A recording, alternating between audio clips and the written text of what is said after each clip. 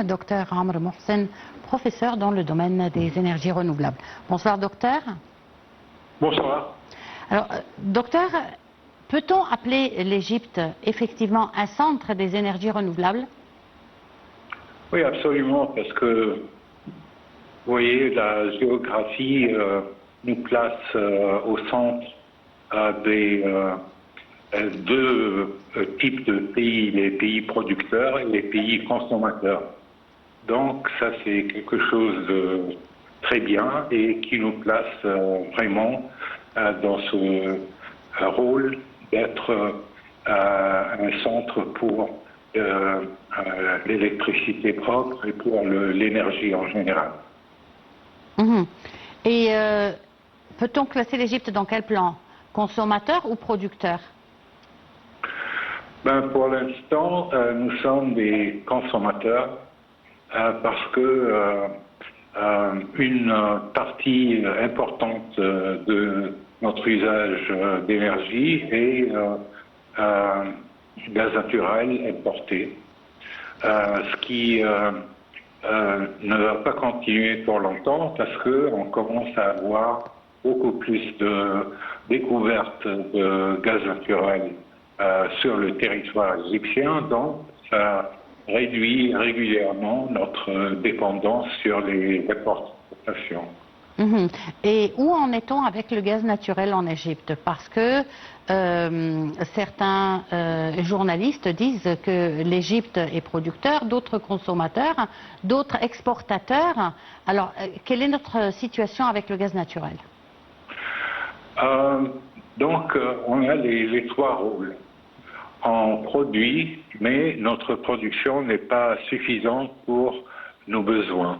Donc, on produit et on importe aussi pour générer l'électricité et aussi on exporte parce qu'on a les centres de liquéfaction du gaz naturel. Donc, on importe du gaz naturel gazeux et on le liquéfie, puis on fait des exportations aux pays européens. Est-ce qu'on on a les trois rôles. D'accord. Est-ce qu'on peut dire que l'Égypte dispose aujourd'hui de l'infrastructure nécessaire pour produire, transporter et commercialiser l'énergie à l'échelle régionale? Oui, absolument, parce que vous voyez, presque 60% de l'électricité en Égypte est produite et générée par brûler le gaz naturel. Donc, on dépend sur le gaz naturel pour nos besoins pour l'électricité. Et une question que les citoyens, le simple citoyen se pose, comment est-ce que a-t-on pu surmonter les pannes de l'électricité, surtout en été et avec ces consommations très très élevées de l'électricité dans toutes les maisons?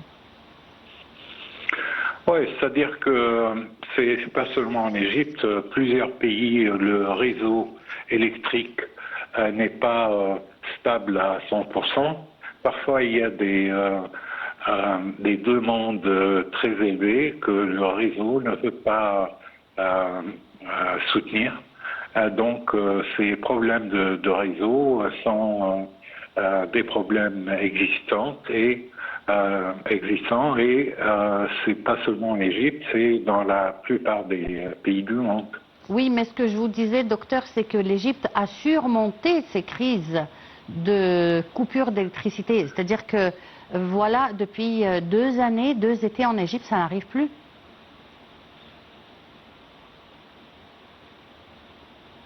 Docteur Amr Mohsen, vous m'entendez? Oui. Oui, alors ce que je vous dis, quelles sont les mesures que l'Égypte a prises pour justement éviter ces pannes d'électricité qui n'arrivent plus? D'accord. Vous savez, la majorité des problèmes sont des problèmes de stabilité du réseau.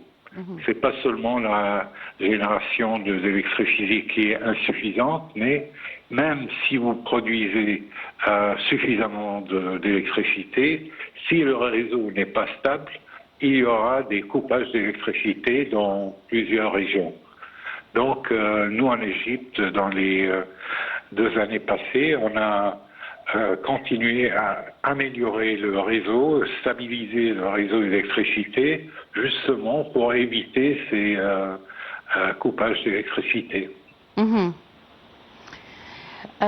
Dans combien de temps l'Égypte pourrait devenir une plateforme régionale d'échange d'électricité entre l'Afrique, l'Europe et le Moyen-Orient? Je pense que peut-être avant 2030, nous aurons vraiment un rôle très très important dans la qualité que vous venez de décrire. Alors c'est quelque chose qui ramènera beaucoup d'intérêt pour l'économie du pays. Et est-ce que la conscience du citoyen joue un rôle dans tout cela? Oui, absolument. C'est-à-dire que si on commence, nous les citoyens, à vraiment régulariser nos consommations, Oui. donc ça aidera à la stabilité du réseau électrique et ça diminuera ou bien même annulera les coupages d'électricité. Docteur Amr Mohsen, je vous remercie beaucoup pour cette intervention et on va passer à notre second sujet qui concerne les infrastructures qui sont devenues un élément central de la stratégie de développement économique de l'Égypte et un facteur déterminant pour attirer les investissements. Routes, chemins de fer, ports, énergie, infrastructures numériques et nouvelles villes contribuent certainement à améliorer la compétitivité du pays et à renforcer son positionnement comme une plateforme régionale pour les échanges et les affaires. Sarah El-Maghrabi avec les détails.